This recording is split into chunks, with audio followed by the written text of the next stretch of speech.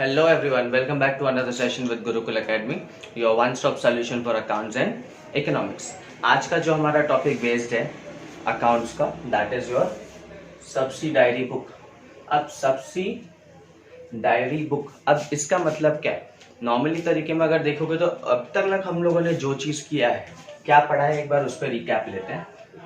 सबसे पहले हमने पढ़ा था that was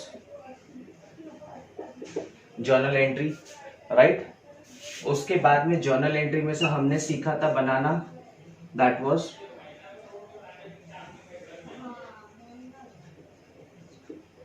ledger posting. Ledger posting में से हमने फाइनली थर्ड वीडियो एक बनाया था, that was based on your how to prepare trial balance, that is known as trial balance. ठीक है, फाइनल अकाउंट के पहले जो मेन सबसे इंपॉर्टेंट रिक्वायरमेंट रहता है that is trial balance, right. तो इस चीज को सीखा था. तो इसी चीज को अगर देखेंगे तो यहाँ पे रिप्रेजेंट होता है, किस तरीके में क्या है वो समझिए, इन दोनों में डिफरेंस क्या है वो समझेंगे. बिजनेस में अगर देखोगे तो सब्सिडायरी बुक कौन बनाता है और ये पैटर्न कौन फॉलो करता है, उस चीज को आपको समझना होगा. अगर आप देखोगे तो जो स्मॉल स्केल बिजनेसेस होते हैं जिनके पास हार्डली सर्टेन ट्रांजेक्शन्स होते रहेंगे, यानी वेरी फ्यू इन नंबर्स, जहां पे एक अकाउंटेंट अगर है तो he would be able to manage the entire stuff, that is a journal, ledger and trial balance and whatsoever. ठीक है, तो छोटे बिजनेसेस को लिए this is affordable. The reason being यहाँ पे एक ही बंदा सारा काम हैंडल कर लेता है, कॉस्ट इफेक्टिव भी हो जाता है और मैनेज करने में इतना डिफिकल्टीज भी नहीं आता है. But what about big organisations, ऐसे ऑर्गेनाइजेशंस जिनके हजारों ट्रांजैक्शन दिन में ही हो जाते रहेंगे. Getting my point? तो ऐसे पॉइंट ऑफ टाइम पे अकाउंटेंट को जर्नल एंट्री पास करवाना और उसी चीज का फिर लेजर बनवाना और फिर ईयर एंड पे trial balance and all this particular stuff, this would be a very mess.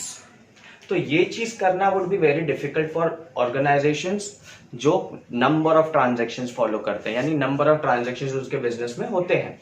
तो उस टाइम पे उनको बनाना पड़ता है. Best part is a subsidiary book. अब सब्सिडायरी बुक क्या होता है उसको चीज को समझेंगे. What is subsidiary book? क्या बोला हुआ है, सिंपल डेफिनेशन मैंने मेंशन किया हुआ है. A subsidiary book is what is the sub division of your journal. यानी वेरी फर्स्ट यहाँ पे अगर कोई स्मॉल स्केल बिजनेस होगा तो वो यहाँ एंट्री पास करेगा, बट एक लार्ज स्केल बिजनेस है तो instead of making this he would prepare your subsidiary book. ठीक है, a subsidiary book is what the subdivision of your journal, ठीक है, into number of small journals. यानी कि ये जो जर्नल है इसको क्या करेंगे वहां पे हम लोग, I'll erase this all. यानी कि यहाँ पे जो जर्नल्स होगा तो उसी को यहाँ पे हम क्या करेंगे, छोटे छोटे पार्ट में बना देंगे. ठीक है, और इन छोटे छोटे पार्ट को हम बोलते हैं दैट इज अ सब. ठीक है, दैट इज एक जर्नल को आपने छोटे छोटे पार्ट में डिवाइड कर दिया, छोटे पीसेस में कन्वर्ट कौन सा कैसे होता है वो सब चीज देखेंगे. इनटू अ स्मॉल जर्नल, यानी कि जर्नल को हमने क्या कर दिया, छोटे छोटे जर्नल्स में बना दिया, यानी छोटी छोटी बुकों में डिवाइड कर दिया. और इन छोटी छोटी बुकों को हम बोलते हैं सब्सिडायरी बुक. यानी कि जो छोटा ऑर्गेनाइजेशन होगा वो एक बुक मेंटेन करता होगा. ऑन द कॉन्ट्ररी जो बड़ा ऑर्गेनाइजेशन होगा, instead of making one journal, वो क्या करेगा, हर एक स्पेसिफिक ट्रांजैक्शंस को लेके छोटे छोटे अलग से बुकें बना देगा. ये जो छोटी छोटी बुकें बनेंगी ना, इन छोटी बुक को हम सब्सिडायरी बुक बोलते हैं. समझ में आया? वही दिया, सब्सिडरी या subsidiary is the sub division of your journal into number of small journals to record what the transactions of similar nature. Similar nature मतलब समझ में आना, यानी अगर ये मैंने बनाया है तो इसके अंदर में सिमिलर नेचर का ही आ गया. यानी कि यहाँ अगर मैंने परचेस के लिए बना दिया तो each and every point of time पे जब कभी भी परचेसेस होगा तो यहाँ पे ही एंट्री आएगा इस बुक में. अगर सेल के रिलेटेड मैंने अलग से बना दिया तो यहाँ पे each and every point of time जितना भी बार सेल्स होगा each and every point of time ये बुक के अंदर होगा. तो ये एक बुक को सब्सिडायरी बुक बोलते हैं, ये एक बुक को सब्सिडायरी बुक बोलेंगे, इसको एक बोलेंगे, इसको एक बोलेंगे. This is known as subsidiary book. समझ में आ रहा है आप लोगों को? वही बोला है, into similar nature. It is also known as a book of original entry और ओरिजिनल एंट्री मैंने आपको पहले भी बताया था, दिस ओरिजिनल एंट्री हम इसको भी बोलते हैं या छोटे ट्रांजैक्शंस में या बड़े बिजनेस ट्रांजैक्शंस में, ठीक है। ओरिजिनल एंट्री दूसरे लैंग्वेज में it is also known as prime. Prime means very first entry जहां पे होती है, as all the transactions are first recorded in this book. समझ में आया होगा शायद से आपको मैं क्या समझाने की कोशिश कर रहा हूँ। That subsidiary book is what, जो जर्नल है, इस जर्नल को हम छोटे छोटे पार्ट में डिवाइड करते हैं एंड दैट ईच छोटा part is known as your subsidiary book. समझ में आया?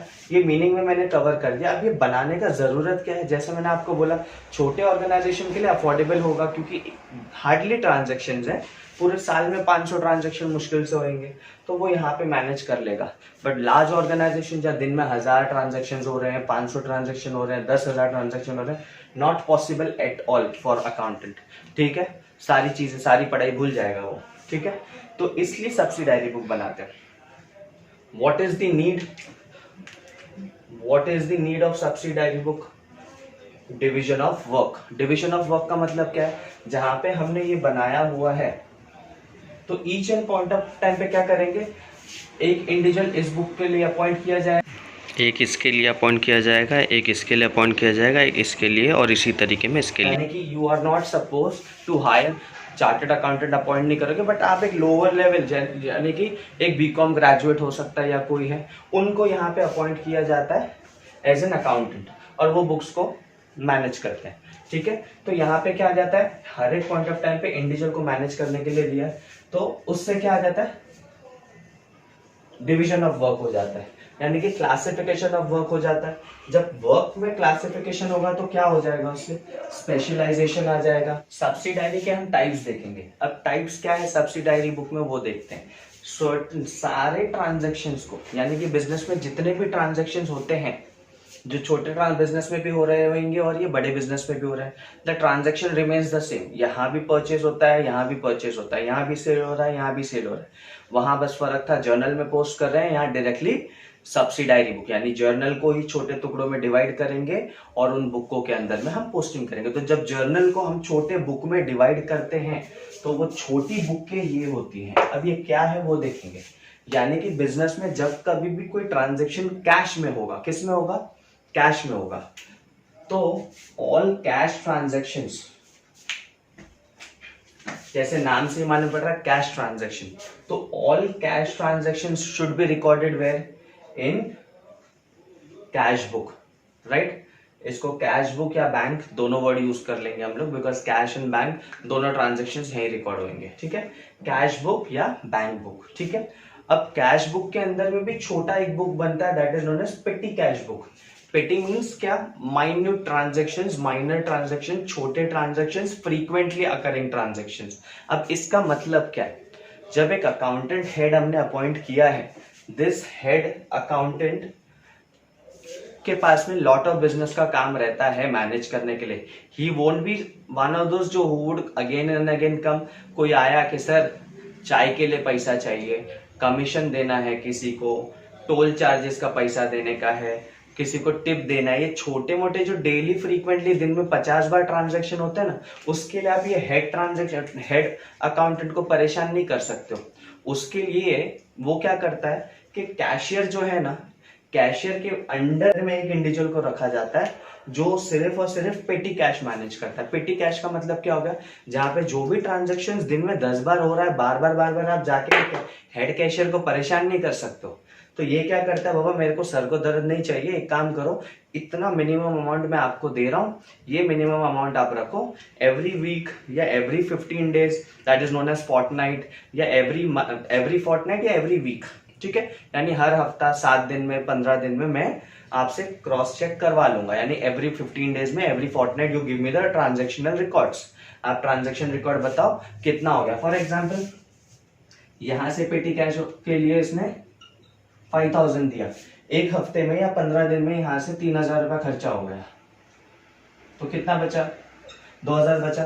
तो ये 2000 का बाकी है और ये खर्चा हो गया, तो ये सारे ट्रांजैक्शनल रिकॉर्ड लेके एवरी 15 डेज में यहाँ पे जाएगा, ये यहाँ पे हेड कैशियर को बताएगा पूरा लिस्ट देगा कि ये 2000 3000 रुपए कहाँ कहाँ खर्चा हुआ है, उन खर्चों को ये चेक कर लेगा और कितना बैलेंस बाकी है 2000, तो यहाँ से अपने पास से 3000 रुपया और निकाल के दे देगा, वापस से 5000 हो गया, बोलेगा जाओ फिर मैनेज करो। समझ में? तो छोटे मोटे जो ट्रांजेक्शन होंगे वो यहाँ रिकॉर्ड होंगे, और उसके अलावा जो भी बिजनेस में कैश ट्रांजेक्शन रहेगा यहाँ रिकॉर्ड होगा, यानी कि कैश बेसिस के सारे ट्रांजेक्शन इधर रिकॉर्ड होंगे।